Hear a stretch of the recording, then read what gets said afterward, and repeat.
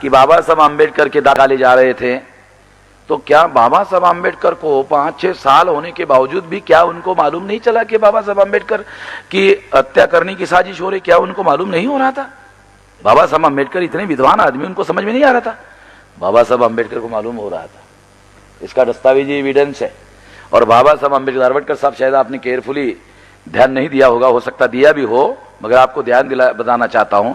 बाबा साहब आम्बेडकर ने एक secret letter Dada Saheb Ambedkar को लिखा, और उस सीक्रेट लेटर में लिखा, वो सीक्रेट लेटर क्यों है? क्योंकि बाबा साहब आम्बेडकर ने उसमें कहा कि जब से मैंने मेरे तबीयत को दुरुस्त करने का काम शुरू किया, तो दुरुस्त होने की बात तो छोड़ो, मेरी तबीयत दिन ब दिन लगातार डिलील हो रही है। यानी दुरुस्त करने के लिए जो मैंने कोशिश की, उसे दुरुस्त होने की छोड़ो, मेरा जो स्वास्थ्य है वो दिन ब दिन जो है वो गिर रहा है। और बाबा साहब आम्बेडकर बैरिस्टर है। बैरिस्टर का मतलब है वो क्रिमिनल केसेस के जानकार आदमी है, एक्सपर्ट आदमी है। वो कोर्ट में केसेस, उन्होंने क्रिमिनल के केसेस उन्होंने लड़े हैं, तो वो व्यक्ति क्रिमिनल बातों को भी समझते हैं। तो उन्होंने दादा साहब गायकवाड़ को लेटर लिखा, और लेटर में ये बात लिखी, और आखिरी में जो सेंटेंस लिखा वो बहुत इंपॉर्टेंट है। मैं हमारे धारवाडकर साहब को भी बताना चाहता हूँ। आखिरी सेंटर में क्या लिखा? मी जे पत्र तुम्हाला लिहिलेलं आहे, कृपया कुणालाही सांगू नका। बराबर है? तो इसका मतलब यह है कि बाबा साहब आम्बेडकर को ये आशंका हुई। इससे, इस लेटर से यह प्रमाणित होता है कि बाबा साहब आम्बेडकर के मन में यह आशंका है। यह उसका दस्तावेजी एविडेंस है। अब सवाल यह है कि बाबा साहब आम्बेडकर ने लेटर लिखा भी और उसकी चर्चा करने के लिए भी मना किया। ऐसा क्यों किया?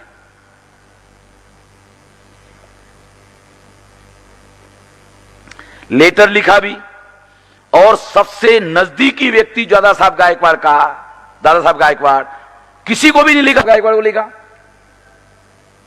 और वो लेटर उन्होंने लिखा और कहा इस पर चर्चा आप मत करो। इसके अगर विश्लेषण में किया जाए तो पता चलेगा इसका क्या अर्थ है। इसका अर्थ यह है कि बाबा साहब आम्बेडकर कुछ दस्तावेज, इससे संबंधित दस्तावेज तैयार कर रहे थे, और वो दस्तावेज सुरक्षित रहने चाहिए, इसलिए वो दादा साहब गायकवाड़ के पास भेज रहे थे। The reflection of mind. Baba Saheb Ambedkar के मन में बहुत सारी बातों की जो आशंका हो रही है, वो माई को तलाक भी देना चाहते हैं, और अपने मित्र बैरिस्टर समर्थ को उन्होंने मैसेज भेजा है कि मैं कुछ दिन बॉम्बे में आ रहा हूं, आपके घर में रहूंगा। और वो तलाक के कागज उन्होंने तैयार किए। LR बाली जो पंजाब के हैं, उन्होंने कहा वो कागज मैंने देखे, वो कागज में तलाक के बारे में लिखा गया था, ये मैंने देखा।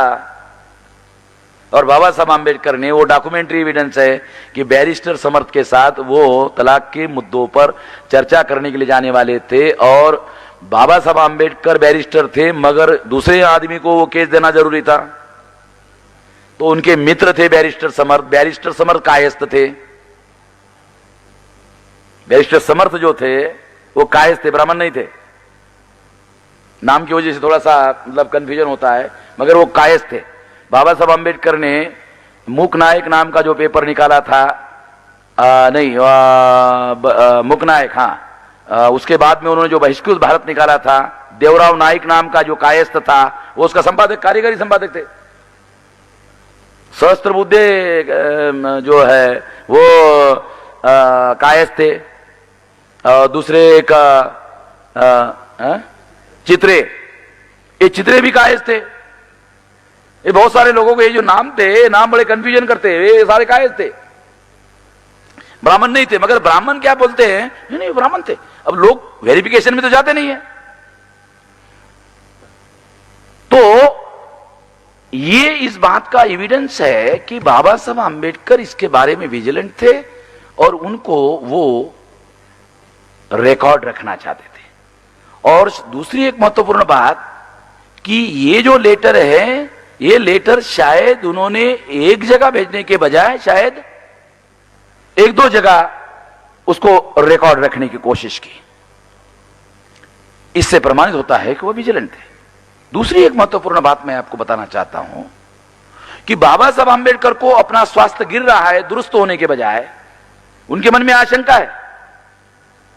और दूसरी तरफ माई का जो बिहेवियर है वो कैसे है, वो किसी भी दूसरे डॉक्टर को दिखाने के लिए झगड़ा करती थी।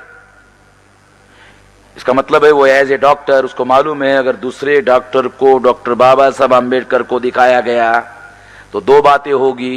एक, वो डॉक्टर डायग्नोसिस करके बता सकता है कि तुम्हारा जो इलाज है वो गलत हो रहा है, वो दूसरा डॉक्टर बता सकता है, सारा षड्यंत्र फेल हो सकता है। दूसरी बात क्या है, दूसरी बात माई के दिमाग में क्या है, माई के दिमाग में दूसरी बात यह है डॉक्टर बाबा साहब आंबेडकर को अगर ये सलाह दिया गया तो वो स्वतंत्र निर्णय लेकर दूसरा इलाज शुरू करवा सकते हैं, इससे बाबा साहब आंबेडकर का स्वास्थ्य दुरुस्त हो सकता है। दो बातें माई सोच रही, इसलिए जो भी आता है कोई दूसरी बात करने के लिए उसके साथ कोई और नहीं, वो ये जो माई है ये खुद ही झगड़ा करती। और झगड़ा करने की वजह से क्या हो जाता है, वो जो लोग हैं वो परेशान होकर के वो चले जाते और फिर दोबारा फिर जो है बात नहीं करते। आयुर्वेद के भी कुछ डॉक्टर आए थे और उनके साथ भी उन्होंने झगड़ा किया और कई डॉक्टरों के साथ झगड़ा किया। किसी भी व्यक्ति को दिखाने के लिए उसका बिहेवियर, एक अपराधी का जो बिहेवियर होता है, माई का जो बिहेवियर है एक अपराधी का बिहेवियर है। मैं ऐसा मानता हूं कि माई के बिहेवियर का भी स्टडी होना चाहिए। एक किताब में शायद माई के बिहेवियर पर ज्यादा विस्तार से नहीं लिखा गया और मैं ऐसी योजना बना रहा हूं कि इसमें बहुत सारी घटनाओं का, बहुत क्रिमिनल माइंड के लोगों का बिहेवियर कैसा होता है, उस दृष्टि से इस किताब में जो मटेरियल है उसका विश्लेषण करने की जरूरत है। मैं सोच रहा हूं कि इस पर 200 पेज का किताब लिखा जा सकता है अलग।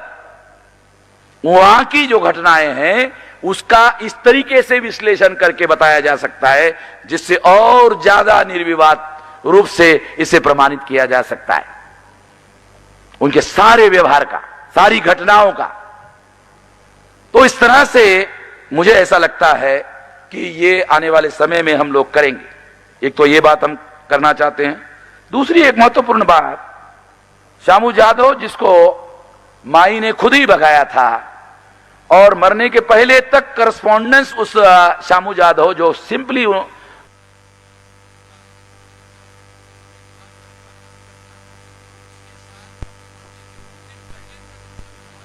रखा, क्या वजह, जो शामू जादव कोल्हापुर का है वो उसको माई ने चाहे कोई भी योजना हो, पैसे का लालच हो या कोई भी कारण हो, उसके आधार पर उसको उस षड्यंत्र में शामिल किया गया। 4 दिसंबर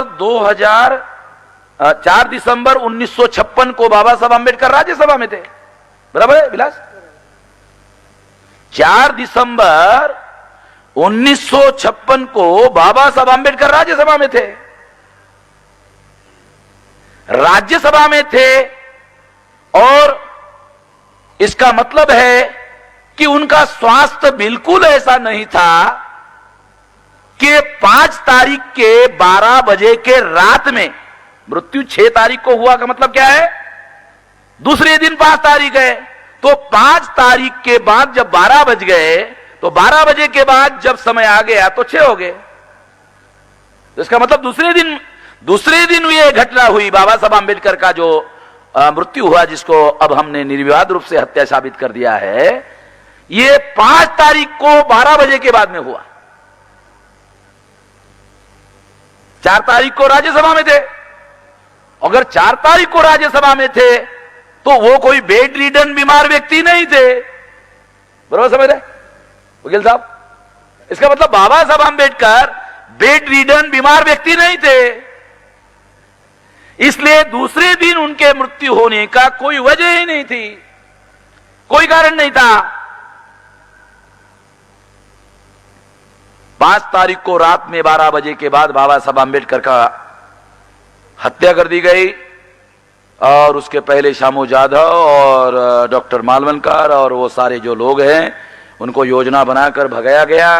बाबा साहब आंबेडकर का बहुत सारा लिटरेचर वो लेकर भाग गए, बहुत सारे ट्रंक जो है बहुत सारी भरी हुई बहुत सारी चीजें लेकर भाग गए, और बहुत सारा इंपॉर्टेंट लिटरेचर भी लेकर भाग गए।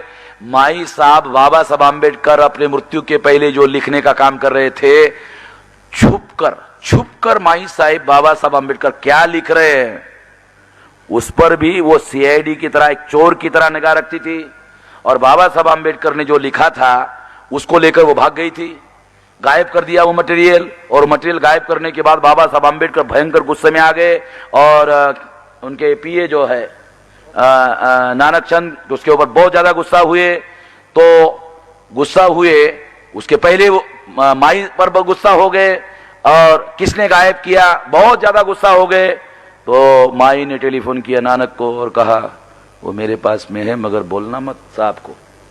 देखो मैं आप लोगों को बिहेवियर का एक जो एबनॉर्मल आदमी है, एक जो अपराधी आदमी है, वो अपराधी आदमी का भी। अब माई को बाबा साहब आम्बेडकर लिख रहे हैं, क्या लिख रहे हैं, क्या लेना देना है भाई। इसका मतलब है थर्ड फोर्स माई के अलावा समाज में, ब्राह्मणों के समाज में माई तो मेडिकल साइंस की स्टूडेंट है। अगर माई मेडिकल साइंस की स्टूडेंट है तो साहित्य के क्षेत्र में, इतिहास के क्षेत्र में वो कौन सा लिखान काम कर रहे हैं। माई को उतना इंटरेस्ट नहीं होना चाहिए और नहीं होगा, मगर थर्ड पार्टी जो समाज में ब्राह्मण है उन्होंने माई को काम पर लगाया कि देखो क्या लिख रहा है, लास्ट में कोई मामला, वो उसका आदमी का दिमाग बहुत तेज है, वो क्या लिख रहा है जरा ध्यान रखो। ऐसी बहुत सारी घटनाएं, इसका बहुत एबनॉर्मल जो साइकोलॉजी होती है, एक होती है abnormal psychology, normal psychology and abnormal psychology. इस दृष्टि से उन घटनाओं का विश्लेषण करना जरूरी है। तो बहुत सारी बातें आप लोगों को पता चलेगी, मैं कोशिश करने वाला हूं, मुझे जैसे समय मिलेगा उसको कम से कम 200 पेज, इस पर बहुत विस्तार से 200 पेज लिखे जा सकते हैं। ये जो एबनॉर्मल बिहेवियर है माई का, एक अपराधी व्यक्ति का जो बिहेवियर होता है वो सामान्य लोगों के जैसा नहीं होता है, उसका अलग होता है। और ये बाकायदा शास्त्रीय बात है, ये कोई काल्पनिक बात नहीं, शास्त्रीय बातें हैं। और शास्त्र के आधार पर ये इसको विश्लेषण करके सिद्ध किया जा सकता है, और इस तरह से ये बताया जा सकता है कि ये प्लानिंग बनाकर, योजना बनाकर ये सारी की सारी चीजें हो रही थी। और बाबा साहब आम्बेडकर के मृत्यु के बारे में वो श्यामू जादव उसके षड्यंत्र में शामिल था, उसको जो पत्र व्यवहार माई कर रही थी, वो पत्र व्यवहार उसका बेटा, क्या नाम है उसका, राजरत्न जादव, उसका बेटे के पास वो पत्र व्यवहार है। हम लोगों ने बहुत कोशिश की वो पत्र व्यवहार हमको दे, बिल्कुल नहीं दिया उसने। उसके बेटे को भी मालूम है उसके बाप ने क्या किया।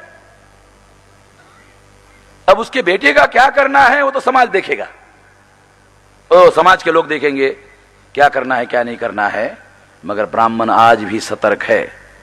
मतकरी यहां बैठे थे, उनके पास वो लेटर लेके आए थे अंग्रेजी के, तो वो मराठी के अंग्रेजी करने के रेफरेंस में उसके पास से उसको मालूम हो गया बामसेब का कार्यकर्ता है, बामसेब के संपर्क में है। तुरंत वो आया और लेके गया और किसके पास दिया, डॉक्टर चौसालकर नाम का ब्राह्मण। और फिर डॉक्टर चौसालकर के पास में जब वो लेटर गए, उसके बाद वो लेटर हम लोग चाहते थे कि आखिर माई साहब जाधव के साथ में जो पत्र व्यवहार कर रही है, एक घर में मतलब नौकर के तौर पर काम करने वाले जो आदमी है, उसको इतना इंपॉर्टेंस क्यों दे रही है? हाँ, और बाबा साहब आम्बेडकर का जब मृत्यु हुआ उसके पहले दिन भाग गया। वो भागा नहीं, वो उसको प्लान बनाकर भगाया गया। और माई को यह भी डाउट रहा होगा, अरे ये अगर इसको मैं अकेला भगा देती हूं तो हो सकता है रेलवे स्टेशन से साला फिर वापस आ जाएगा। देखो माइंड, ये जो एबनॉर्मल माइंड कैसा काम, अगर इसको मैं अकेला भेजती हूं तो ये रेलवे स्टेशन पर जाके फिर वापस आ सकता है। 2 आदमी उसके साथ भेजे,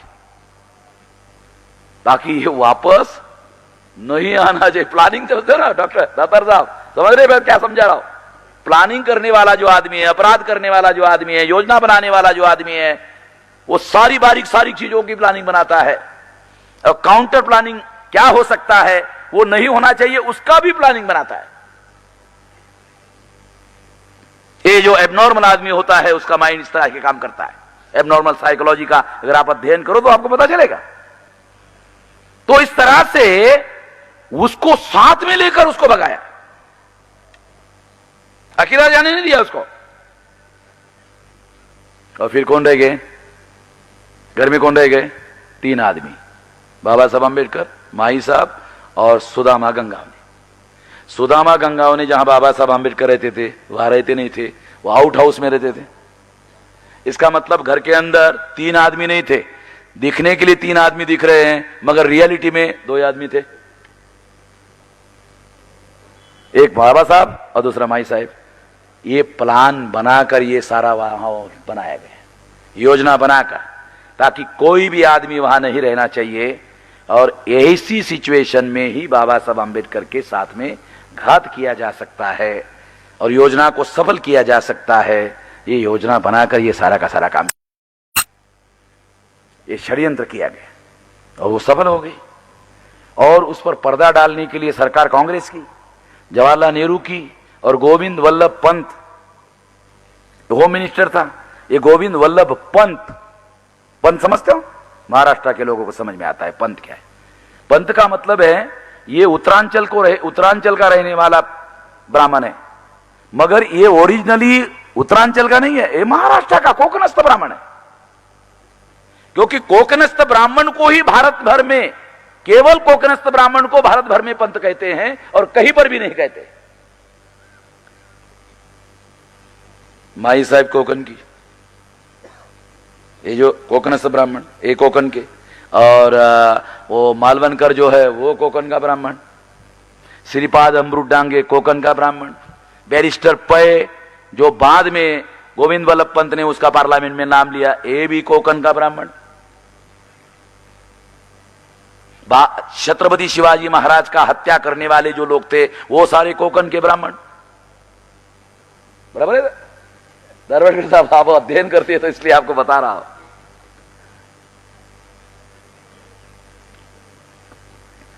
ये सारी बातें ये सिद्ध करती है कि ये सारा का सारा योजनाबद्ध तरीके से षड्यंत्र पूर्वक ये सारा का सारा काम किया गया। और आज तक ब्राह्मण लोग जो हैं ये उनको मालूम है, डॉक्टर चौसाड़कर थर्ड पर्सन होगा, थर्ड ब्राह्मण होगा, मगर वो भी विजिलेंट है। हम लोगों को वो करस्पॉन्डेंस लेटर नहीं मिलना चाहिए, इसके लिए वो विजिलेंट है। अभी भी वो अपने जाति के लोगों को बचाने के लिए कोशिश कर रहा है। अभी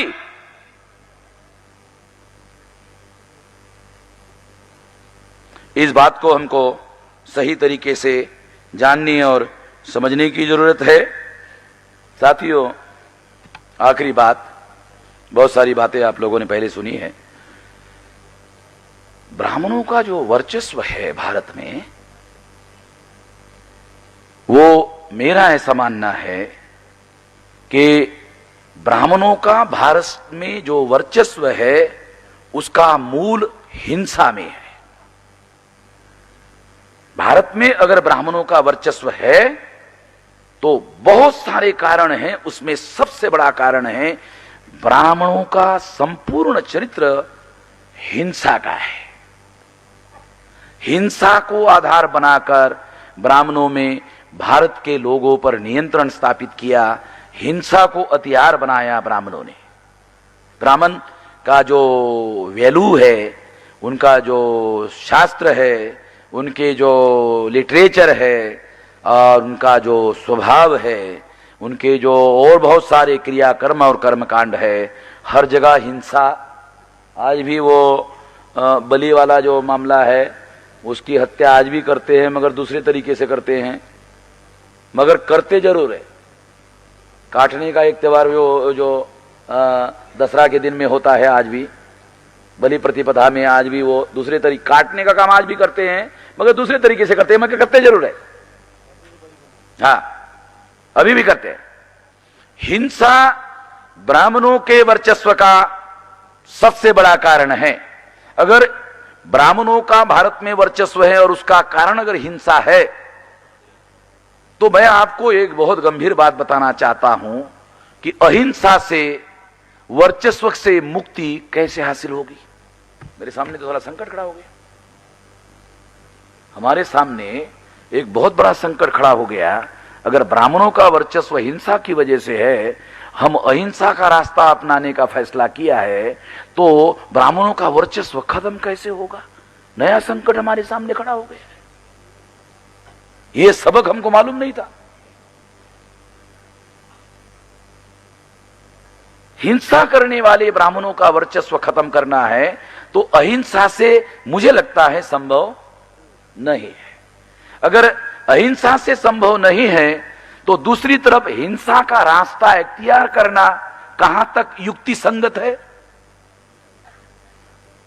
हम लोग बहुत बड़े दुविधा में इसकी वजह से फंसे हुए हैं।